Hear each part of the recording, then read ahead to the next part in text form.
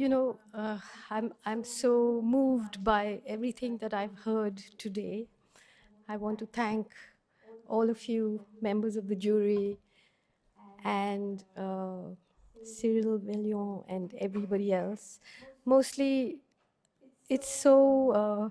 I was talking to a friend and I said, you know, I'm such a bratty writer. I come to a place and my publishers are here, my literary agent is here, and everybody comes together. Somehow, all of us, we've been here for so many years together, working together, and it is something that we share that is not about best-selling books or medals or money. It is a kind of common belief, a kind of love. I am so touched, Antoine, by what you said.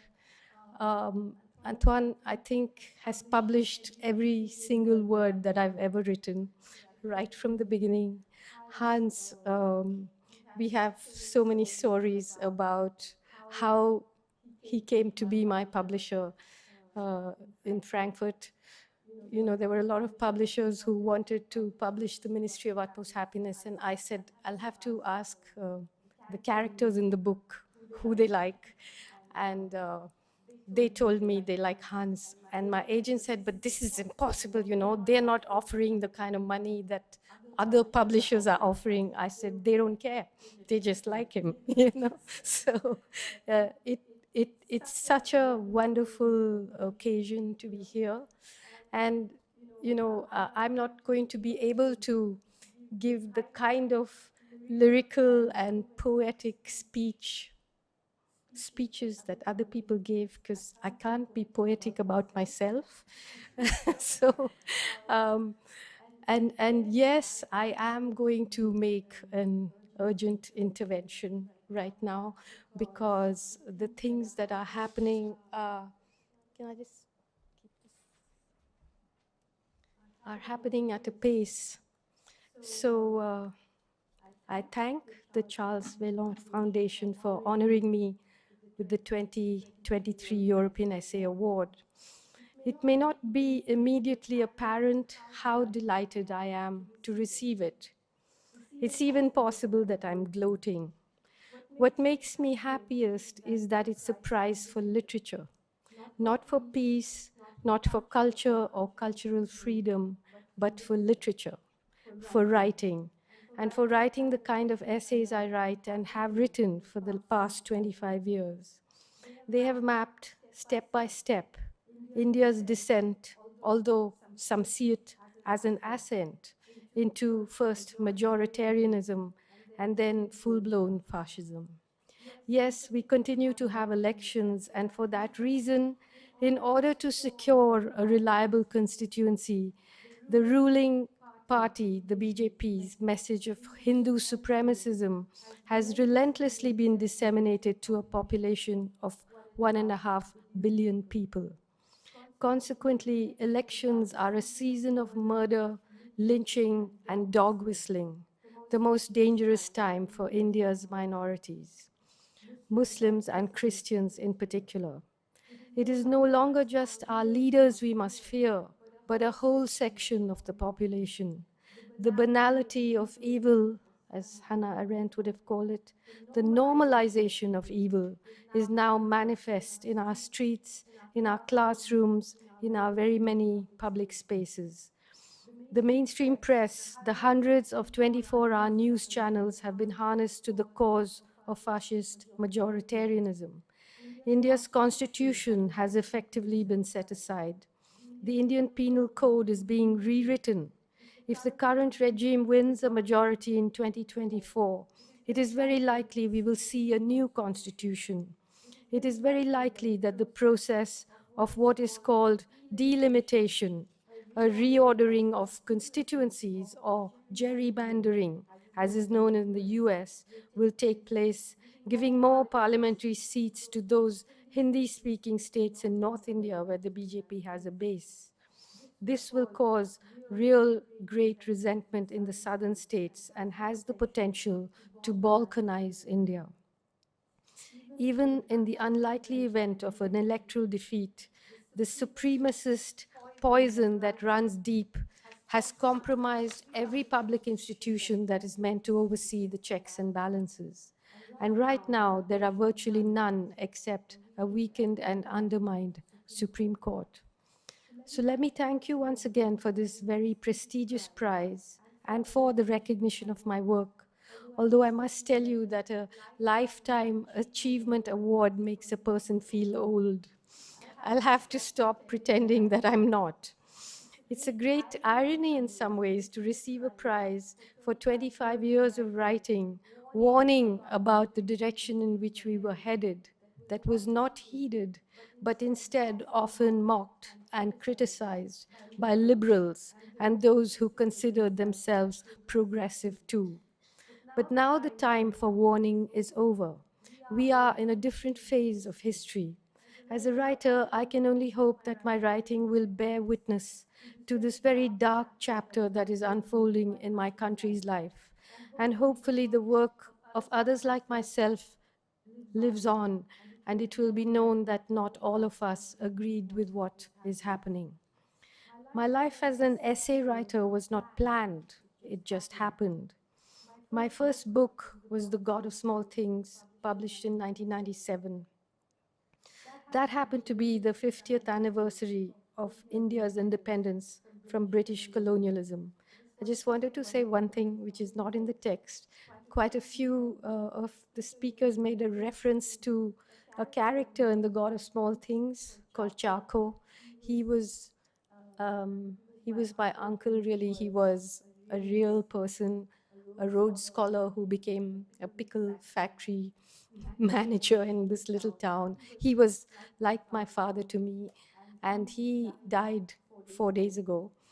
And I was very sad that I couldn't go for his funeral, but I told my family that, you know, if you think that he's going to be present at his own funeral, he won't be, because he'll be here with me in the audience, because he knew every single word that I ever wrote, almost by heart.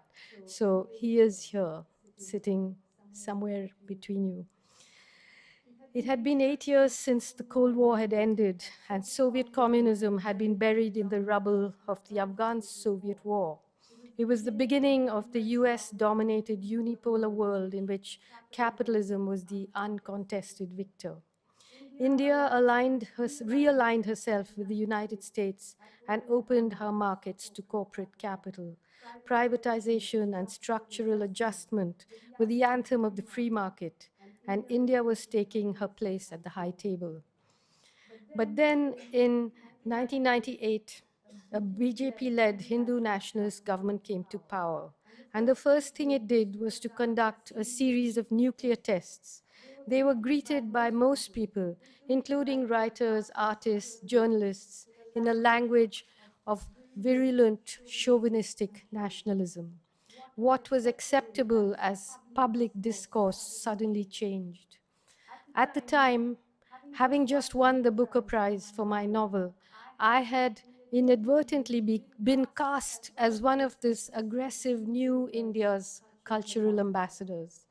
I was on the cover of major magazines, and I knew that if I didn't say something, it would be assumed that I agreed with all of this. I understood then that keeping quiet was as political as speaking out. I understood that speaking out would be the end of my career as the fairy princess of the literary world. But more than that, I understood that if I didn't write what I believed, regardless of the consequences, I would become my own worst enemy and would probably never write again. So I wrote to save my writing self. My first essay, The End of Imagination, was published simultaneously in 2 major mass circulation magazines. I was immediately labeled a traitor and anti-national. I received those insults as laurels no less prestigious than the Booker Prize. It set me off on a long journey about dams, rivers, displacement, caste, mining, civil war, a journey that deepened my understanding and entwined my fiction and non-fiction in ways that they can no longer be separated. I'll read a brief excerpt from one of the essays in my book, Azadi, which is about how these essays live in the world. It's called The Language of Literature. So this is the quote. When the essays were first published, first in mass circulation magazines, and then on the internet, and finally as books, they were viewed with baleful suspicion, at least in some quarters, often by those who didn't even disagree with the politics. They sat at an angle to what is conventionally thought of as literature. Balefulness was an understandable reaction, particularly among the taxonomy inclined, because they couldn't decide exactly what this was: pamphlet or polemic, academic or journalistic writing, travelogue, or just plain literary adventurism. To some, it simply did not count as writing. Oh, why have you stopped writing? We're waiting for your next book. Others imagined that I was just a pen for hire. All manner of offers came my way. Darling, I loved that piece you wrote on the dams. Could you do one for me on child abuse?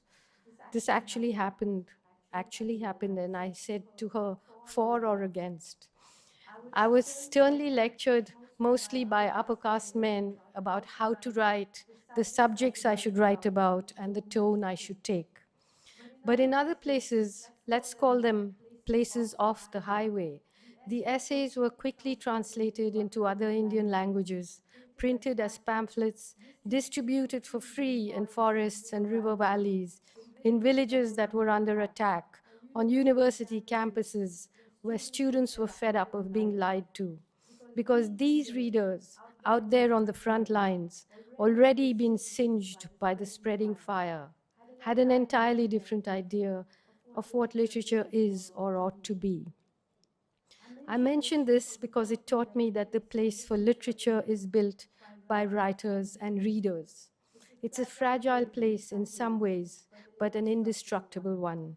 When it's broken, we rebuild it because we need shelter. I very much like the idea of literature that is needed, literature that provides shelter, shelter of all kinds. Today, it's unthinkable that any mainstream media house in India, all of whom live on corporate advertisements, would publish essays like this. In the last 20 years, the free market and fascism and the so-called free press have waltzed together to bring India to a place where it can by no means be called a democracy. In January this year, two things happened that served to illustrate this in a way that nothing else probably could. The BBC broadcast a two-part documentary called India, the Modi Question. And a few days later, a small US firm called Hindenburg Research, which specializes in what is known as activist short selling, published what is now known as the Hindenburg Report, a detailed expose of the shocking wrongdoings of India's biggest corporation, the Adani Group. The BBC Hindenburg moment was portrayed by the Indian media as nothing short of an attack on India's twin towers, Prime Minister Narendra Modi and India's biggest industrialist, Gautam Adani, who until recently was the world's third richest man. The charges laid against them are not subtle. The BBC film implicates Modi in the abetment of mass murder. The Hindenburg report accuses Adani of pulling off the largest con in corporate history. On August 30th, The Guardian and the Financial Times published articles based on incriminating documents obtained by an organized crime and corruption reporting project that further substantiate the Hindenburg report. Indian agencies and the Indian media are in no position to investigate or publish these stories. And when the foreign media does, it's easy then, in the current atmosphere of pseudo-hyper-nationalism, to portray it as an attack on Indian sovereignty. Episode 1 of the BBC film is about the 2002 anti-Muslim pogrom, which raged through the state of Gujarat after Muslims were held responsible for the burning of a railway coach in which 59 Hindu pilgrims were burned alive. Modi had been appointed, not elected, Chief Minister of the state only a few months before the massacre. The film is not just about the murdering, but also the 20-year journey that some victims made through India's legal system, keeping the faith and hoping for justice and political accountability. It includes eyewitness testimonies, most poignantly from Imtiaz Pathan, who lost 10 members of his family in the Gulbarg Society massacre, in which 60 people were murdered by a mob, including a former member of parliament, Ehsan Jafri, who was dismembered and then burnt alive. He was a political rival of Modi's and had campaigned against him in a recent election.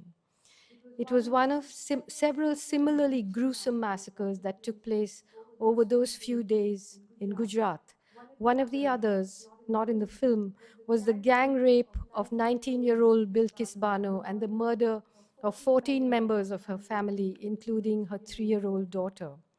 Last August, on Independence Day, while Modi addressed the nation about the importance of women's rights, his government, on that very same day, pardoned the rapist murderers of Bilkis and her family, who had been sentenced to life imprisonment. They had spent most of their time in jail out on parole, and now they are free men. They were greeted with garlands outside prison and are now respected members of society and share the stage with BJP politicians in public programs. The BBC film revealed an internal report commissioned by the British Foreign Office in 2002, so far unseen by the public. The report estimated that, quote, at least 2,000 people had been murdered.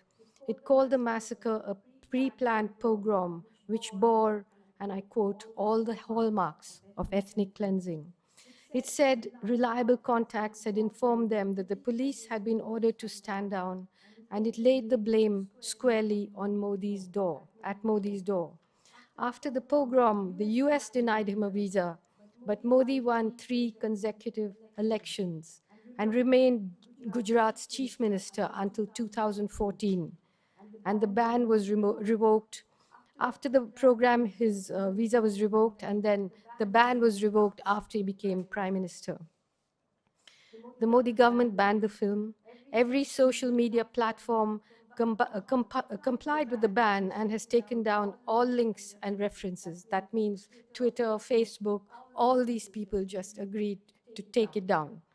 Within weeks of the film's release, the BBC's offices were surrounded by the police and raided by tax officials.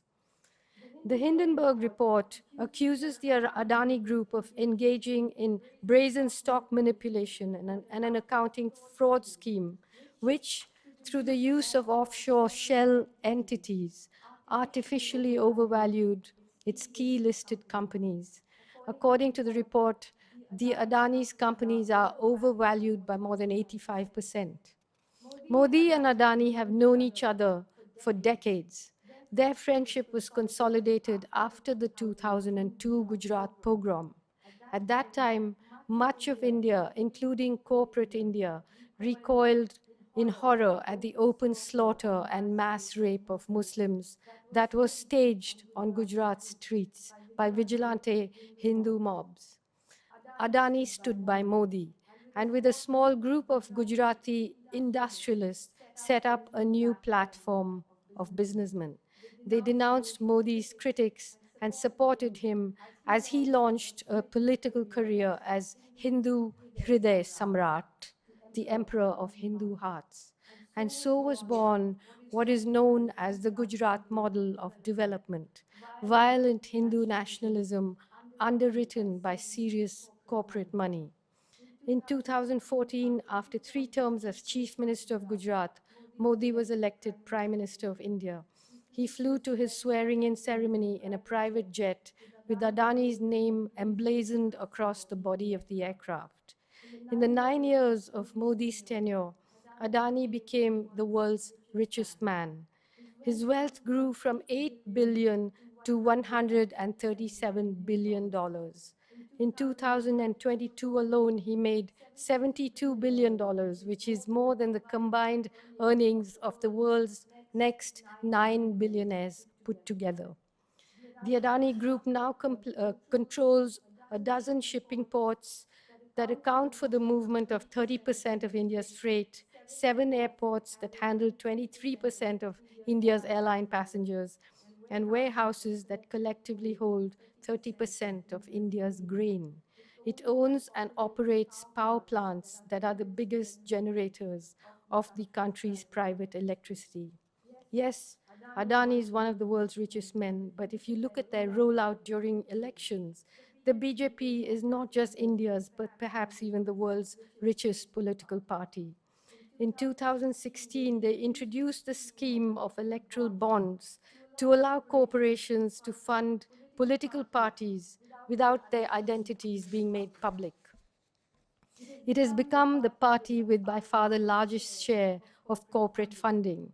So it looks very much as though India's twin towers have a common basement. Just as Adani stood by Modi in his time of need, the Modi government has stood by Adani and refused to answer a single question raised by members of the opposition in parliament, going so far as to expunge their speeches from the parliament record. Within days of the Hindenburg BBC moment, after a warm and productive meetings, with Prime Minister Modi, Joe Biden, and President Emmanuel Macron announced that India would be buying 470 Boeing and Airbus aircraft. Biden said the deal would create over 1 million American jobs. The Airbus will be powered by Rolls-Royce engines. For the UK's thriving aerospace sector, PM Rishi Sunak said, "The sky is the limit." In July, Modi traveled to the US on a state visit and to France as the chief guest on Bastille Day. Can you even begin to believe that? Macron and Biden fawned over him in the most embarrassing manner, knowing full well that this would be spun into pure gold for his election campaign in 2024, in which Modi will stand for a third term. There is nothing they would not have known about the man they are embracing. They would have known about Modi's role in the Gujarat pogrom. They would have known about the sickening regularity with which Muslims are being publicly lynched, how some lynchers were met with garlands by members of Modi's cabinet, and the process of Muslim segregation and ghettoization.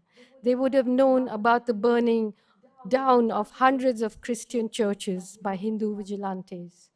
They would have known about the hounding of opposition politicians, students, human rights activists, lawyers, and journalists, of whom have received long prison sentences, about the attack on universities by police and suspected Hindu nationalists, the rewriting of history textbooks, the banning of films, the shutting down of Amnesty International, the raid on the BBC, the activists, journalists, and government critics placed on mysterious no-fly lists, and the pressure on academics, both Indian and foreign.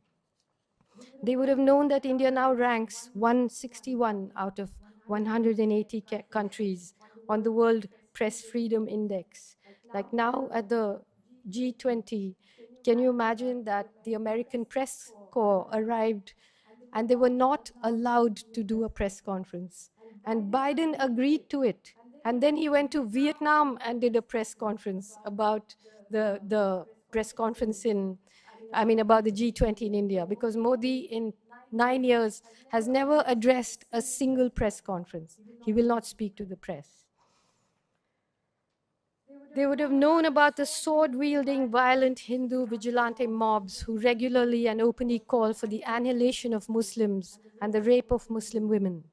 They would have known about the situation in Kashmir, which beginning in 2019 was subject to a months-long communication blackout, the longest internet shutdown in a democracy, and whose journalists suffer harassment, arrest, and interrogation.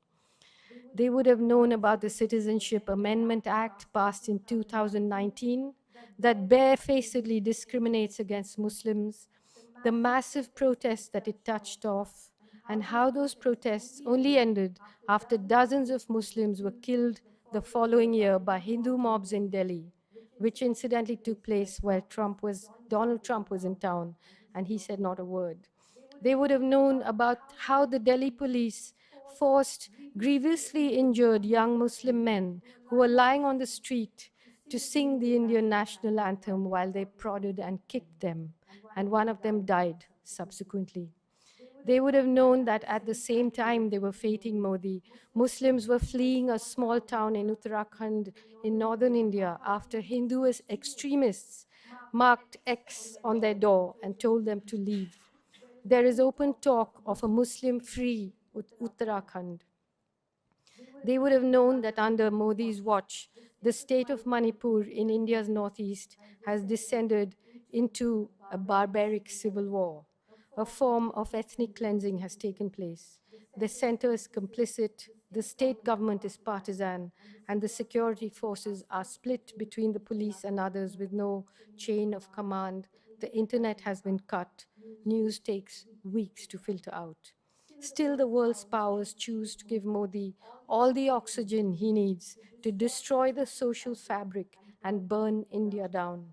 To me, this is a form of racism. They claim to be Democrats, but they are racists. They don't believe their professed values should apply to non-white countries. It's an old story, of course. Democracy for themselves and fascism or whatever else you want for the non-white world. It doesn't matter to us. We will fight our own battles, and ultimately we will win our country back. However, if they imagine that the dismantling of democracy in India is not going to affect the whole world, they must indeed be delusional. For all those who believe India is still a democracy, these are few of the events that happened just over the last few months. And this is what I meant when I said we have moved into a different phase. The time for warning is over, and we must fear sections of the people as much as we fear our leaders. In Manipur, where the civil war rages, the police handed over 2 women to a mob to be paraded naked through a village and then gang raped. One of them watched her young brother being murdered before her eyes. Women who belong to the same community as the rapists have stood by the rapists and even incited their men to rape. In Maharashtra, an armed police railway protection force officer walked down the corridor of a train, shooting Muslim passengers, killing them, and calling on people to vote for Modi. A hugely popular Hindu vigilante often photographed hobnobbing with politicians and policemen called on Hindus to participate in a religious march through a densely populated Muslim majority settlement. And he remains at large while that whole settlement burnt. The response of the state to the Muslim residents protesting against that Hindu procession, going through, burning, killing the imam, has been to bulldoze the houses of all the poorest Muslims. The Prime Minister had nothing to say about any of this. It's election season. Next May, there'll be a general election. It's all part of an election campaign. We are braced for more bloodshed, mass killing, false flag attacks, pretend wars, and anything to further polarize an already polarized population. I've just watched a chilling video in a classroom of a small school where the teacher makes a 7-year-old Muslim child stand by her desk and asks the rest of the students, Hindu boys, to come up one by one and slap him. She admonishes those who haven't hit him hard enough. The only action taken so far has been that the Hindus in the village have pressurized the Muslim family not to press charges. The Muslim boy's school fees has been refunded and he has been taken out of school. What's happening in India is not that loose variety of internet fascism. It's the real thing. We have become Nazis, not just our leaders, not just our TV channels and newspapers, but vast sections of our population too. Large numbers of the Indian Hindu population who live in the US and Europe and South Africa support the fascists politically as well as materially. For the sake of our souls and for those of our children and our children's children, we must stand up. It doesn't matter whether we fail or succeed. That responsibility is not on India alone. Soon, if Modi wins in 2024, all avenues of dissent will be shut down. None of you in this hall must pretend that you didn't know what was going on.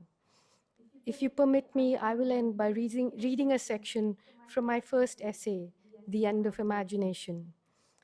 It's a conversation with a friend about failure and my personal writer's manifesto. Because, you know, I keep saying I get awards, but in truth, I'm a failure, you know, because what one has written and written and written, and yet the situation gets deeper and harder and more violent and frightening. But it is this uncle of mine who died, who taught me when I was 3 the importance of failure. We were very small, and he showed me some cheap bauble, and he said, "Do you want this?" I said, "Yes." He said, "I'll give it to you if you fail." And I began to think about what was so interesting about failure. Anyway, so this is a quote from this, my first political essay. It's a conversation with a friend in New York. I said to her, in any case, hers was an external view of things, this assumption that the trajectory of a person's happiness, or let's say fulfillment, had peaked and now must trough because she had accidentally stumbled upon success. It was premised on the unimaginative belief that wealth and fame were the mandatory stuff of everybody's dreams.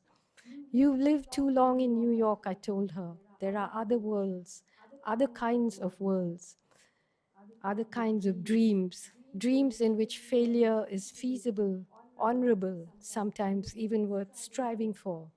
Worlds in which recognition is not the only barrier of brilliance or human worth.